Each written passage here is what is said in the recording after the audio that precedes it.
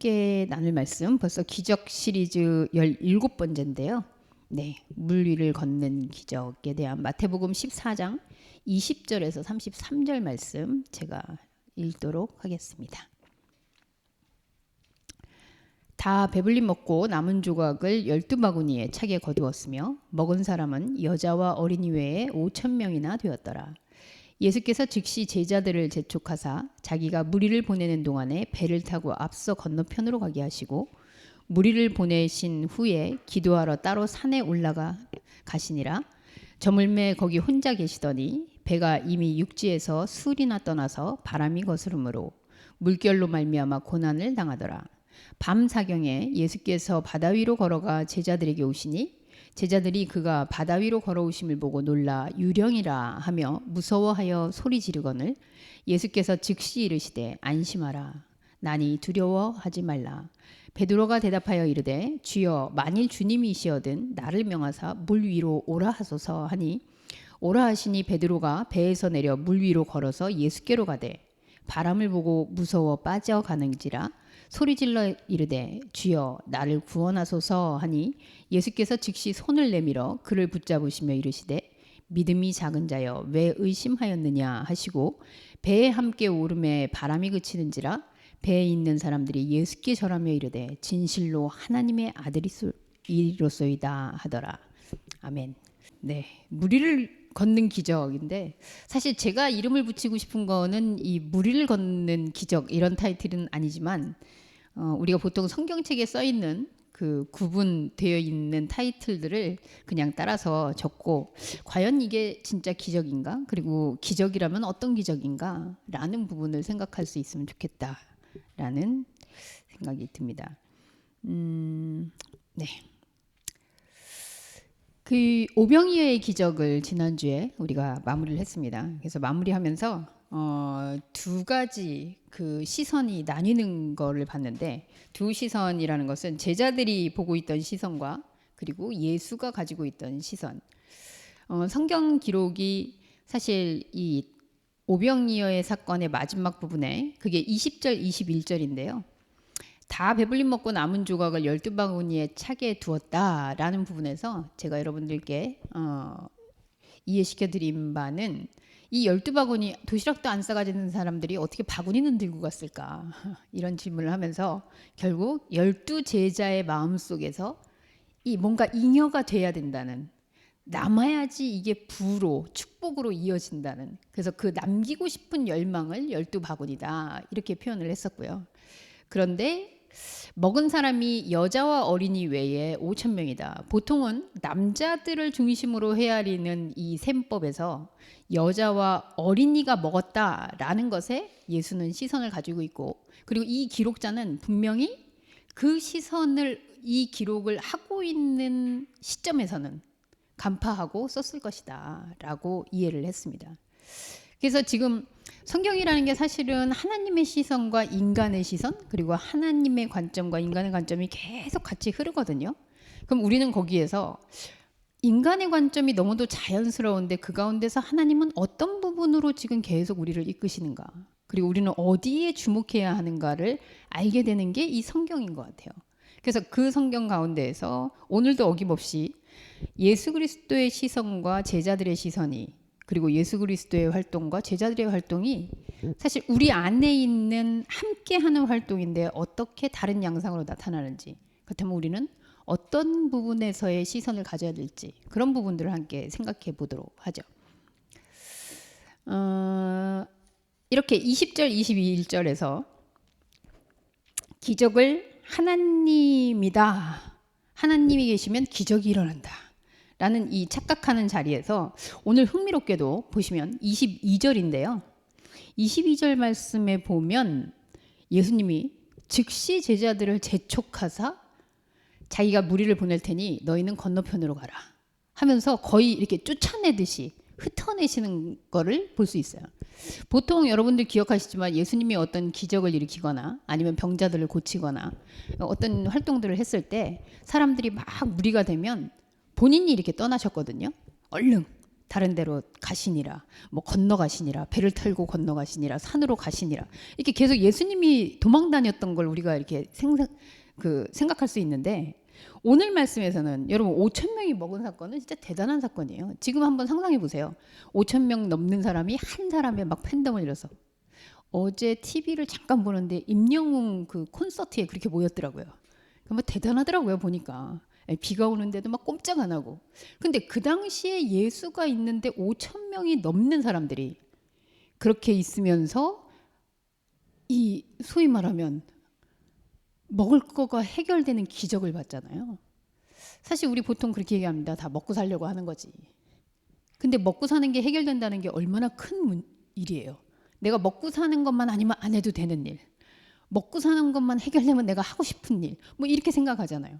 근데 이 5천 명 이상 되는 무리가 먹을 게 해결되는 이 기적을 봤다? 이 보통 일이 아니거든요.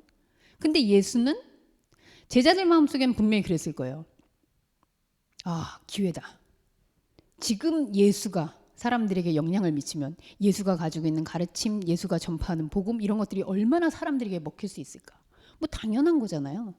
그런데 이때 어김없이가 아니고 오늘은 아주 적극적으로 예수가 제자들을 재촉해서 떠나보내고, 그리고 심지어 무리는 내가 보낼 테니까 너넨 빨리 가.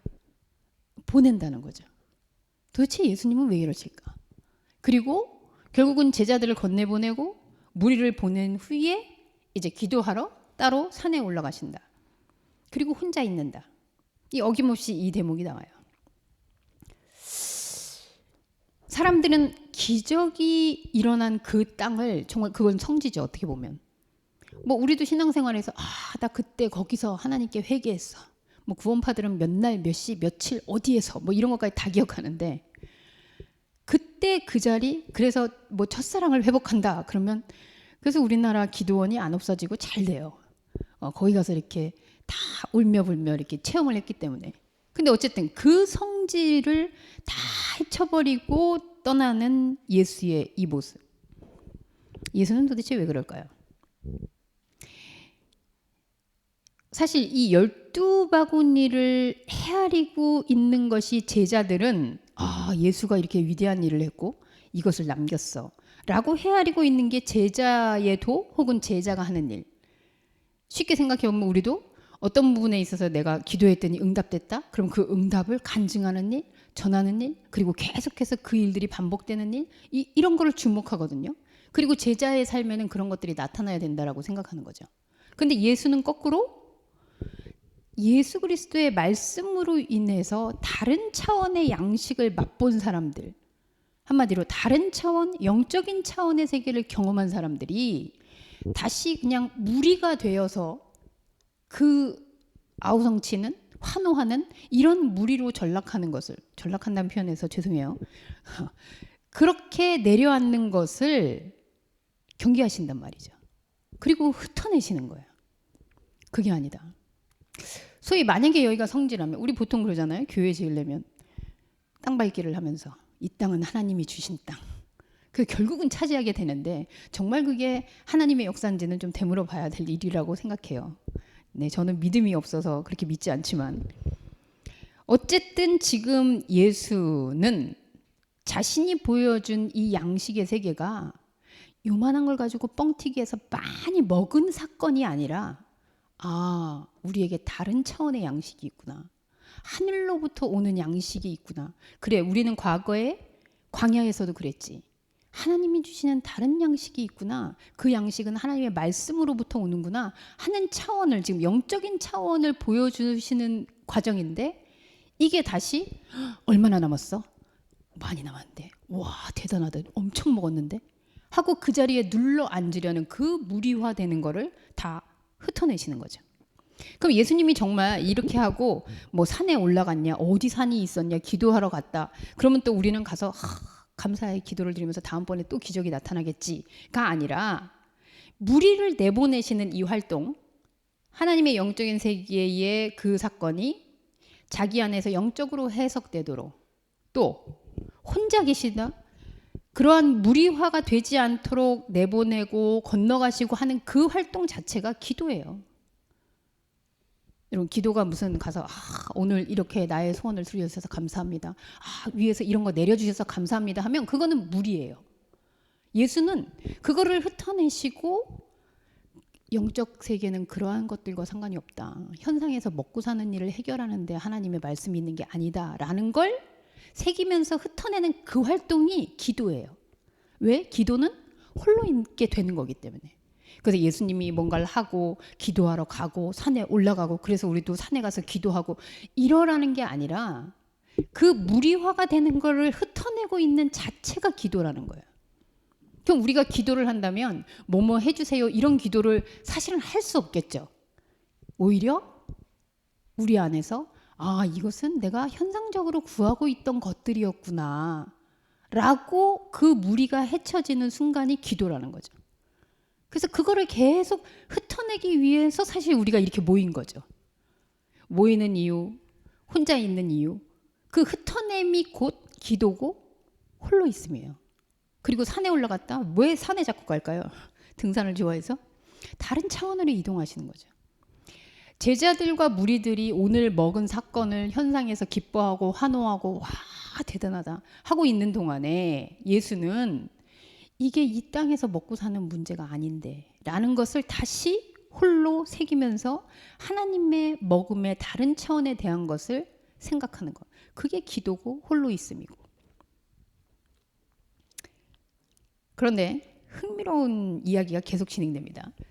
거기 보시면 무리를 보내신 후에 예수는 그렇게 혼자 있고요. 24절에 보시면 배가 이미 육지에서 수리를 떠나서 한참을 갔어요. 배가. 예수께서 너네 빨리 배 타고 건너가 라는 말은 뭐였을까요? 예수님도 늘 그랬잖아요. 배 타고 건너가시고 또 피하시고 지금도 홀로 가시고 제자들에게 소위 말하면 파송한 거거든요. 지금 하나님의 말씀의 세계를 현장을 목격하고 그리고 다른 차원의 양식이 있음을 먹고 그리고 건네보낸 이유는 본인과 같이 되라는 거죠. 본인과 같이라는 건 홀로 있음. 오늘 일어난 우리에게 이 사건이 어떤 의미인가? 하나님의 양식이 어떤 양식인가? 예수가 홀로 있었듯이 그들도 홀로됨 안에서 이 현상적으로 나타났던 사건이 아닌 하나님의 세계의 양식에 대한 질문과 그러한 부분들을 하도록 파송하시는 거예요. 그들 역시 무리로부터 구별되는 거죠. 그렇게 하라고 보냈는데 왜 수리를 가고 한참을 갔는데도 이들은 배 위에 있는 걸까요? 왜 안 내리고 건너편에 가서 빨리 내려서 각자 흩어져서 혼자 있어야 될 텐데 얘네는 왜 배를 계속 타고 있는 걸까요? 뭐 이런 의심을 사실 저도 이 말씀을 준비하기 전까지는 안 했어요. 언제까지 머물렀냐면요. 여러분 25절에 보면 밤 사경이라고 그러거든요. 이 밤 사경이 언제입니까? 밤 사경이 이제 시간을 4등분해서 얘기할 수 있는데 그냥 현재 시간으로 한다 그러면 새벽 한 3시에서 6시? 아니 아무리 먹고 이렇게 저기 했더라도 밤늦게 헤어졌다고 치더라도 지금 배에서 새벽 3시 정도가 됐는데 3시나 4시나 6시 이제 곧 동틀 텐데 아직도 배를 타고 거기서 있는 거예요. 왜? 멀어서? 아니 어디까지 가려고? 뭐 이스라엘 횡단에서 어디 뭐 로마까지 갑니까? 왜 배에서 안 내리고 이들은 이러고 있을까요? 그게 의심스럽다면 이 배가 의미하는 건 뭐지? 그리고 이들은 왜 육지에 내리지 않고 지금 이렇게 계속 배 타고 이러고 있는 거지? 그런데 거기에서 배를 타고 이렇게 있는 가운데 바람이 거스림으로 물결로 말미암아 고난을 당하더라. 여러분 아시겠지만 베드로 유진님 직업이 뭡니까? 어부. 내가 볼 때는 폭풍이 친 것 같진 않아요. 아니 이렇게 물결로 고난을 당하느니 빨리 어떻게 육지로 해가지고 내려야 되는 거 아닙니까? 이 배의 전문가들 아닙니까? 근데 여기서 지금 밤 사경까지 새벽 3시부터 그렇게 된 시간까지 타고선 지금 막 흔들흔들 거리면서 고난을 당하고 있어요. 그럼 물어봐야 될 것 같아요. 도대체 이들은 왜 배에 계속 타고 있으며 그리고 바람이 이렇게 거스는데 이 바람은 도대체 왜 고난을 당하고 있을까? 자, 예수님이 무리를 떨쳐내고 홀로 가셨다. 그래서 예수는 홀로 산으로 다른 차원의 하나님의 말씀의 세계를 생각하는 동안에 제자들은 그렇게 파송돼서 너희들도 이 무리를 떠나 이제 각자의 홀로됨 속에서 나와 같이 제자니까 그렇게 하라고 파송을 했는데 이 물, 뭐 성경에서 저는 뭐는 뭐다 이런 공식으로 해석하고 싶지는 않습니다만 예수님이 가신 곳이 산이라고 했을 때 다른 차원으로 간 게 이들이 지금 머무르고 있는 건 바다의 한복판, 물의 한복판. 물은 성경에서 많은 뭐 성령의 물도 있습니다만 이들이 지금 떠나지 못하고 밤사경 새벽까지 붙잡고 있는 이 물은 그쵸? 풍요로운 그리고 그들이 붙잡고 싶은 현상 세계에서 예수 그리스도의 어쩌면 그런 생각을 했을지도 몰라요. 그 남은 것을 가져왔어야 되는데 몇 명이 먹었는지 정확하게 셈을 해봤어야 되는데 우리가 정말 대단한 경험을 했는데 근데 예수는 왜 우리를 쫓아내는 것이지? 이런 보통 바람이 순조롭게 가는 걸 우리는 순항이라고 하거든요. 바람이 부는 대로 가는 거를. 근데 지금 바람이 거슬러요. 거꾸로 가고 있어요. 이들의 생각 속에 왜 자꾸 거꾸로 가는 거지? 이 거스림이 그럼 그걸 뭘까요? 그들의 마음속에는 예수가 지금 보여주는 이런 모습들이 거꾸로 가는 일인 거예요. 순항을 하려면 이 사람들이 많이 모였을 때 같이 부흥해서 거기서 으쌰으쌰 해서 지금 일을 도모하고 자기들도 빨리빨리 출세하고 해야 되는데 이 자꾸 거스리는 물결, 이 거스름은 근데 진짜로 뭐 바람이 불 수 있습니다. 그러나 궁극적으로는 그들 안에 이 바람이 자꾸 거꾸로 불어요. 그래서 우리가 나가고자 하는 대로 못 나가게 하는 거죠. 이 물결이. 그래서 거기서 고난을 받는 거예요. 근데도 배에서 내리진 않아요. 내릴 순 없어요. 이걸 잃어버리면 다 잃어버릴 수 있으니까. 그래서 밤 사경이 됐는데도 붙잡고 있습니다. 그런데 예수는 참 어떻게 알고 이렇게 오시는 걸까요? 저는 이게 희망이라고 생각해요. 밤 사경이 하필이면 3시부터 한 6시 정도인데 그 밤 사경은 지금 시간으로도 한밤중 진짜 막 정신을 못 차리고 자는 중에 이제 서서히 동이 터오는 시간인 거죠. 밤 사경을 헤매고 있는 제자들의 그 밤 속에 새벽별이신 예수 그리스도가 다가오는 사건처럼 저는 느껴지는데 어쨌든 예수가 다가오는데 바다 위로 걸어오십니다. 자, 똑같은 바다인데 제자들은 거기서 거스리는 바람 때문에 지금 휘청거리면서 고난을 당하고 힘들어 우리 빠져 죽겠네 하고 있는데 예수는 그 바다를 지금 걸어오세요. 예수는 이땐 진짜 유령일까요? 물에 의해서 지금 흔들리고 요동치고 그러고 있는 상황에 자 여러분 양식도 5,000명을 먹였다라는 것은 현상으로 분명히 우리가 생각하는 먹음에 대한 것이 있지만 예수의 양식은 다른 차원의 양식이었단 말이죠. 그러면 지금 예수는 물이 아니라 물을 다스릴 수 있는 물이 컨트롤되는 그 세상을 그냥 걸어오시는 거예요. 이거 내가 빠질까 두렵다 뭐 어쩌다 하는 생각을 할 필요도 없이 예수는 기적을 보여주려고 아무렴 내가 기적 좀 보여줘야지.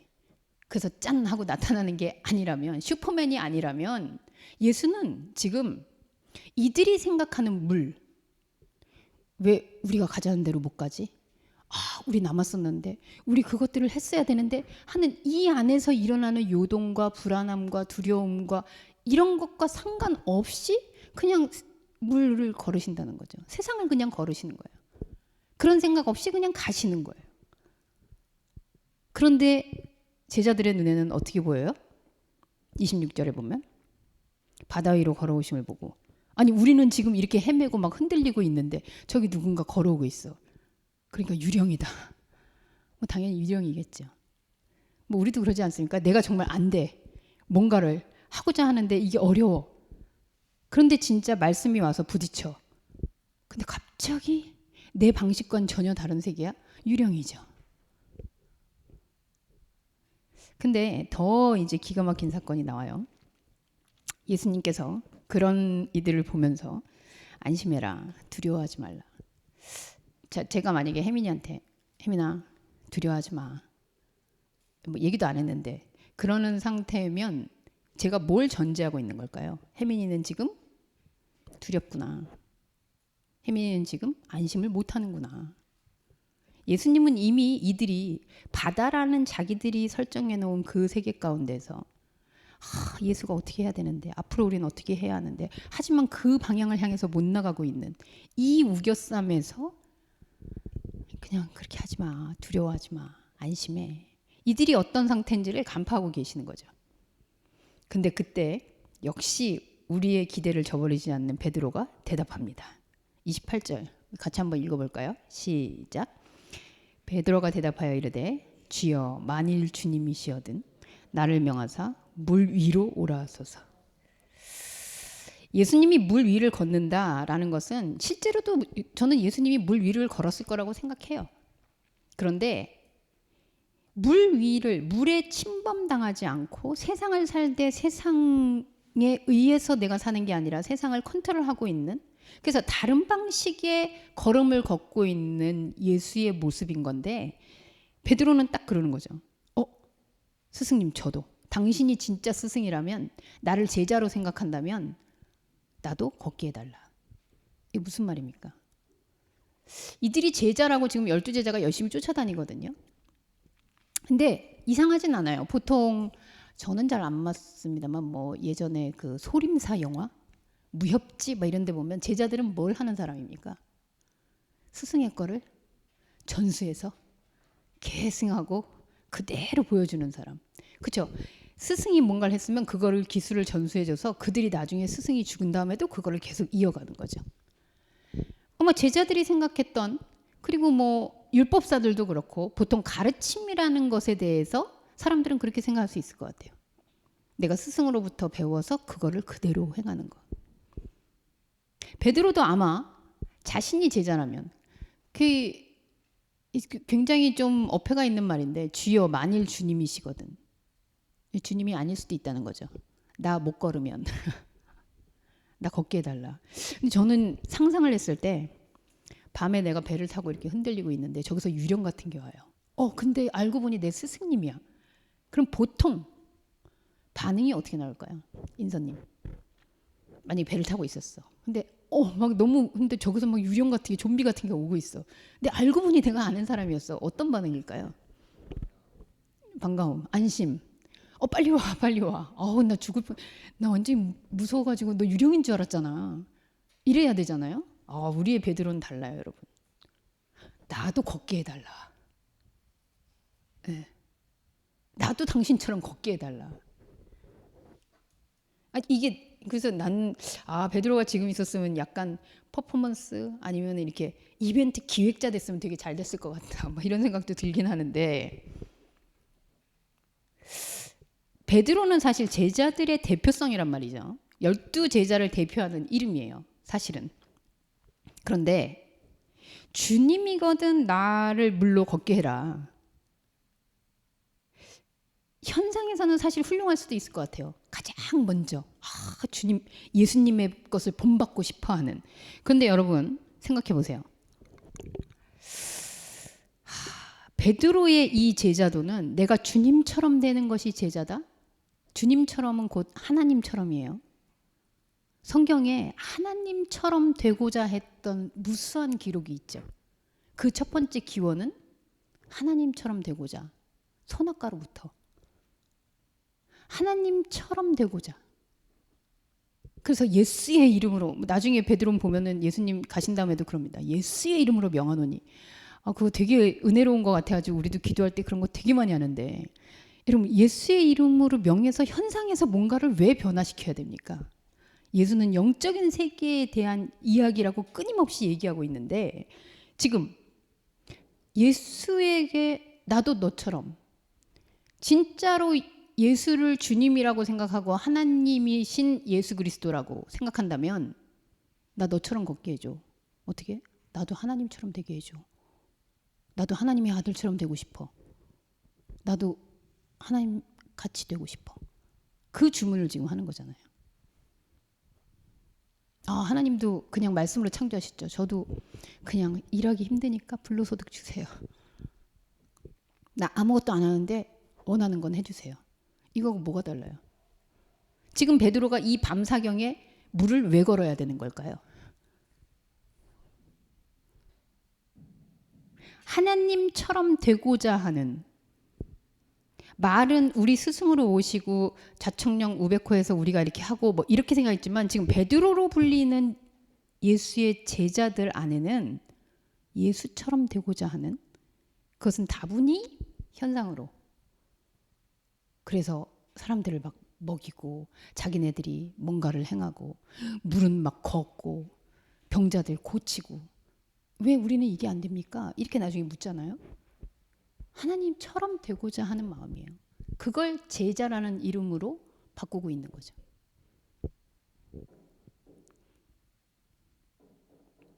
저는 긍정적으로는, 아주 그냥 미세하지만 긍정적으로는, 그래서 잠깐 걷거든요.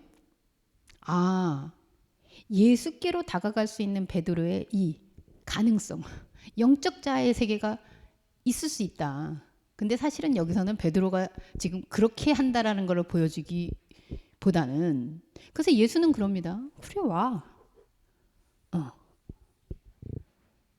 저는 갈 수 있다고 생각해요. 궁극적으로 예수가 무리를 걷는 것처럼 우리도 세상을 걷지만 세상에 매몰되지 않고 세상 위를, 세상에서, 세상 안에서 배를 타고 그 바다 한복판에서가 아닌 그냥 그 무리를 걸을 수 있어요. 그래서 예수님은 그래, 와, 너도 그럼. 그렇게 말씀했는데 가다가 다시 바람을 보고 무서웠다. 글쎄요, 이 저자가 모르고 그렇게 하는 것인지 아니면 제가 찾아내는 것인지 의도를 가지고 썼는지 모르겠으나, 아까 분명히 바람이 거슬려서 물결로 고난을 받고 있었다 했는데 다시 바람을 두려워서 빠졌다라는 얘기가 나와요. 이 말씀은 어떻게 이해해야 될까요? 예수님은 지금 다른 차원의 말씀의 존재로서의 이 동행, 걸음을 그리고 함께함을 지금 보여주고 있는데, 베드로는 이 예수의 동행하심을 현상 세계에서의 방식대로 걷고 싶은 거예요. 그래서 진짜로 물 위를 걷고 싶은 거죠. 기적적으로.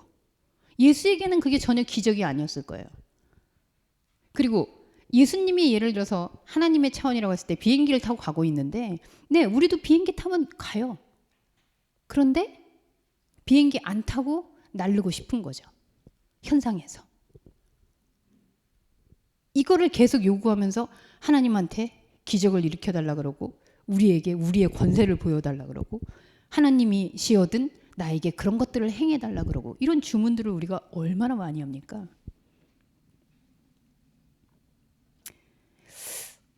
결국은 바다에 있던 방식, 그래서 바람이 불고 있는 그 방식을 그대로 보면서도 예수의 기적을 행하고 싶은, 자기가 하나님처럼 하고 싶은 그 마음을 유지하고, 그러니 당연히 물에 빠지는 건 너무 당연한 사실이라고 생각이 들어요. 그래서 빠져요. 그런데 31절 때문에 사실 고민이 많이 되는 부분이 있습니다. 예수께서 즉시 손을 내밀어 그를 붙잡으시며 이르시되 믿음이 작은 자여 왜 의심하였느냐 하시고. 자, 이 말을 들으면 어떻게 되는 걸까요? 뭐 우리 전형적으로 그렇게 알고 있고요. 믿음이 작아서 그랬구나. 바람을 보지 말고 걷는다는 일을 걸을 수 있어. 걸을 수 있어. 예수님이 함께 하시니 걸을 수 있어. 이렇게 갔어야 되는데, 내가 그만 예수님을 좀 덜 믿고, 그리고 바람이 너무 커서 보이고 이래서 나는 빠졌구나. 여러분, 그렇다면은 결국은 그거 키워야 되잖아요.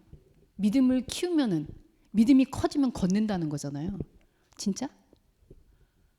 믿음이 커지면? 여기서 무슨 믿음입니까? 걷는다는 믿음?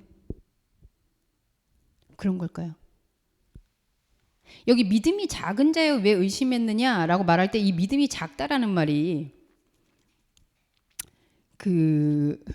우리 설탕 안 먹으려고 하는 올리고당 할 때 올리고라는 원어를 썼거든요. 그러니까 그 말은 거의 제로라는 거예요. 없다는 거예요.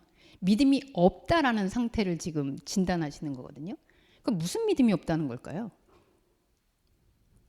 예수님이 얘기하는 지금 이 믿음은 도대체 걸을 수 있다는 것을 네가 왜 믿지 못했냐? 내가 함께하면 네가 무리를 걷는다는 것을 왜 믿지 못했나? 이 믿음일까요? 어떤 믿음일까요? 바람을 보고 무서워 결국은 주여 나를 구원하소서 이렇게 얘기하거든요. 그러니까 이 구원은 또 무슨 구원일까요? 상황적으로 보면 내가 지금 현상에서 이렇게 물에 빠지니 나를 건져주세요. 현상이 해결받는 것을 베드로는 구원이라고 생각하고 있어요. 그러니까 굉장히 일맥상통하죠. 예수님 입장에서는 무슨 믿음이 없느냐. 지금 우리가 제가 베드로라고 할게요.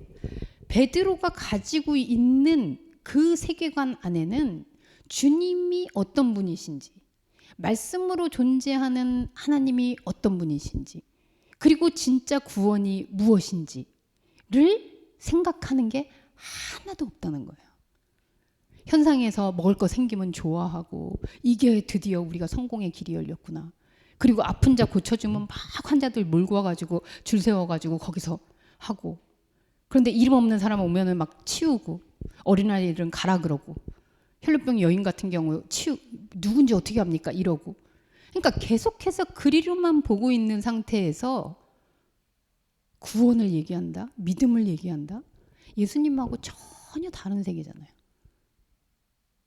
진짜 하나님이 누구신지 그것에 대해서는 전혀 아는 바가 없잖아요. 32절 해결됩니다. 배에 함께 오름에 바람이 그치는지라. 자, 배에 함께 올라서 예수님이 어떻게 하셨어요? 다른 데서는 그런 것도 있죠. 바다야 잔잔해져라, 풍랑아 잔잔해져라, 뭐 이렇게 했다고 이제 써 있는 거죠. 근데 제가 볼 때는 그걸 제자들이 들린 말이 아닐까 이런 생각도 드는데, 예수는 그냥 무리를 걸었던 것처럼 그냥 배에 탔어요. 예수가 저한테 와서 예수가 그게 다른 차원이었구나. 나는 지금 저 무리를 걸어야 예수님답게 사는 거라고, 그렇게 제자가 되는 거라고 믿었는데 그게 아니었구나 하는 순간 어떻게 될까요? 풍랑은 없어지는 거예요. 왜냐면 내가 그게 바람이 불어서 지금 내가 못 걷고 있네. 근데 애초부터 그게 걷는 게 아니었어. 그렇게 걷는 게. 애초부터 그 차원이 아니었어. 그걸 알게 되면 당연히 바람은 없어지는 거죠. 예수는 그 모습을 끊임없이 우리에게 알려주는 거죠. 근데 33절은 굉장히 슬픕니다. 마지막 절 우리 같이 한번 읽어볼까요? 시작. 배에 있는 사람들이 예수께 전하며 이르되 진실로 하나님의 아들이로소. 왜 슬프다고 했을까요? 자, 하나님의 아들인 줄 알아봤어요. 뭐 때문에? 제자들은 뭐 때문에 지금 하나님의 아들이라 그랬을까요? 무리를 걸어오더니 저 칠칠 맞은 베드로가 쫓아가가지고 죽을 뻔했는데 그걸 또 건져가지고, 그리고 배를 타니까 우리가 지금 겪던 풍랑이 다 잠잠해졌네. 현상이 변했네. 그랬더니 역시 하나님의 아들이야. 뭐 제 주변에 가까운 사람들 중에는 그런 사람들이 있습니다. 뭔가 이렇게 딱 내가 아이스크림 먹고 싶었어. 그런데 누군가 아이스크림 사오는 거예요. 하나님이 나를 사랑해. 내가 저거 갖고 싶었는데 그걸 갖게 됐어. 하나님은 내가 기도하지 않아도 이렇게 미리 은혜를 주셔. 여러분, 요나서에 있는 말을 제가 한번 읽어드릴까요? 요나서 보면 요나서 1장 16절 17절에 요나가 어쨌든 배를 타고 하나님의 명령을 어기고 그렇게 갔더니 배가 막 풍랑이 불죠. 그랬더니 배에 타고 있던 뱃사람들이 하나님을 전혀 모르는 사람들이에요. 그래서 요나가 야, 나 때문이야. 나 빠뜨려. 그랬더니 이 사람들이 야, 그렇다고 어떻게 사람을 빠뜨리니? 이런 인간애가 있는 거죠. 그랬다가 너무 풍랑이 심해지니까 결국은 빠뜨립니다. 그리고 나서 이런 얘기를 하죠. 요나를 들어 바다에 던짐에 바다가 뛰노는 것이 곧 그친지라. 그 사람들이 여호와를 크게 두려워하여 여호와께 제물을 드리고 서원하였더라. 하나님 믿는 사람도 아니에요. 근데 요나가 어쨌든 빠져지고 잠잠해지니까 하나님 대단하십니다. 그리고 이들은 돌아가서 하나님을 믿는 백성이 됐을까요? 지금 이 제자들이 하고 있는 모습이 자기들이 지금 힘들고 어렵고 그런데 그게 현상적으로 해결됐어. 하나님께서 하신 거야. 이게 정말 믿음인 건가요? 이게 정말 하나님의 구원일까요? 요나라는 내가 하나님 때문에 내가 하나님한테 거역했더니 이렇게 됐구나 하는 그게 없어지니까 풍랑이 더 이상 있을 필요가 없는 거예요, 여러분. 내가 무리를 걸을 수 있을까? 못 걸을까?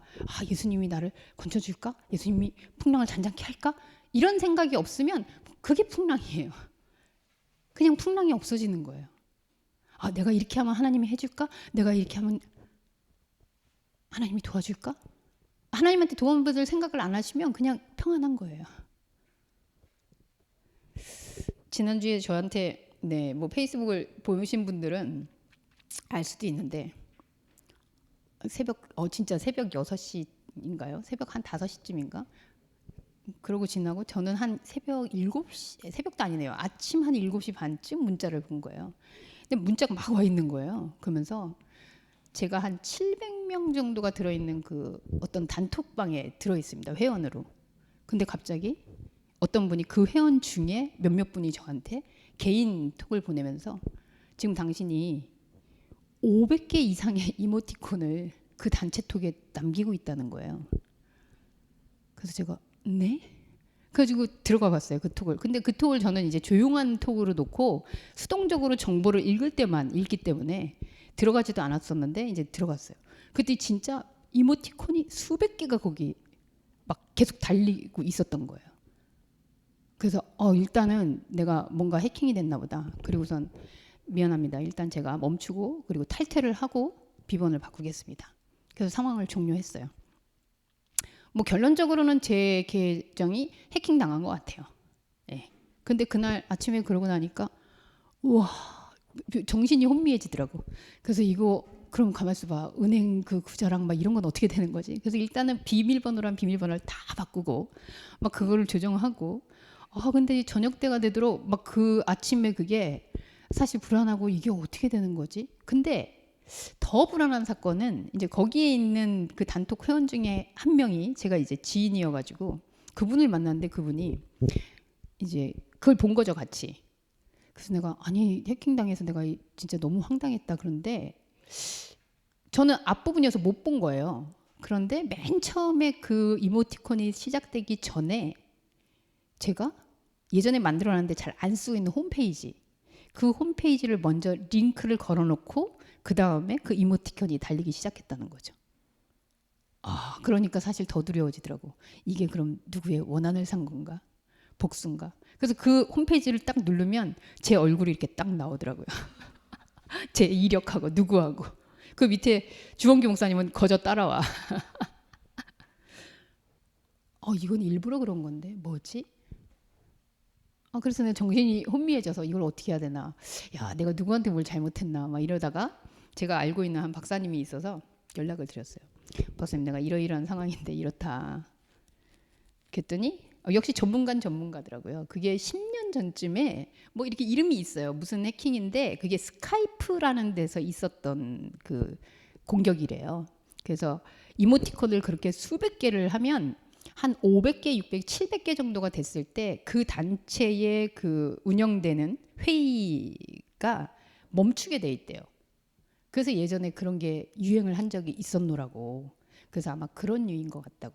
그래서 생각해 보니까 제가 몇 주 전에 정말 생뚱맞게 그냥 이렇게 일로 아는 분인데 그분이 저한테 카톡을 한 대여섯 개를 그 이모티콘을 문자로 그렇게 똑같은 걸 보내서 이분이 술을 드셨나? 이렇게 생각하고 지나간 적이 있어요. 근데 아마 그렇게 타고 온 것 같아요. 그래서 그거를 알고 나니까 잊어버렸어요. 오늘 설교 준비하기 전까지 그냥 까맣게 잊어버렸어. 근데 제가 생각하면서 현상의 문제는 전문가에게 물어보면 돼요. 이게 하나님한테 기도하고 내가 무슨 원한을 샀으니까 내가 뭘 어떻게 했던가 잘못했던가 그 불안과 두려움과 공포가 있었는데 그냥 전문가에게 이거는 컴퓨터상에서 내가 좀 부주의했구나. 그리고 이런 것들이 있구나라는 걸 아는 순간 그냥 없어지는 거예요. 예수구나라고 생각하는 순간 그냥 예수가 아니어서 있었던 그런 것들은 그냥 사라지는 거예요. 정리를 해보죠. 현상의 기적에 이 집착하는 제자들.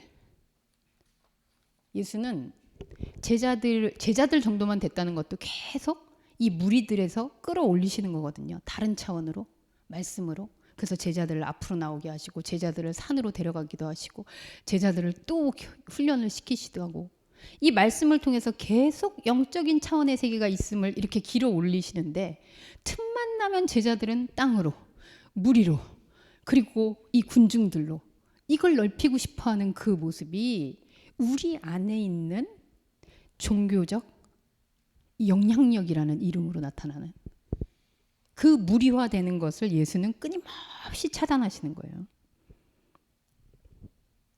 그래서 예수에게 있어서는 무리가 함께 가기 어려운 시스템입니다. 예수의 말씀은 무리화되고 많아지고 커지고 그렇게 되기 어려운 성향을 가지고 있어요. 그런데 그런 성향이 아니라고 한다면 좀 고민해봐야 될 것 같아요. 끝없이 흩어내시고 홀로이신 예수 그리스도.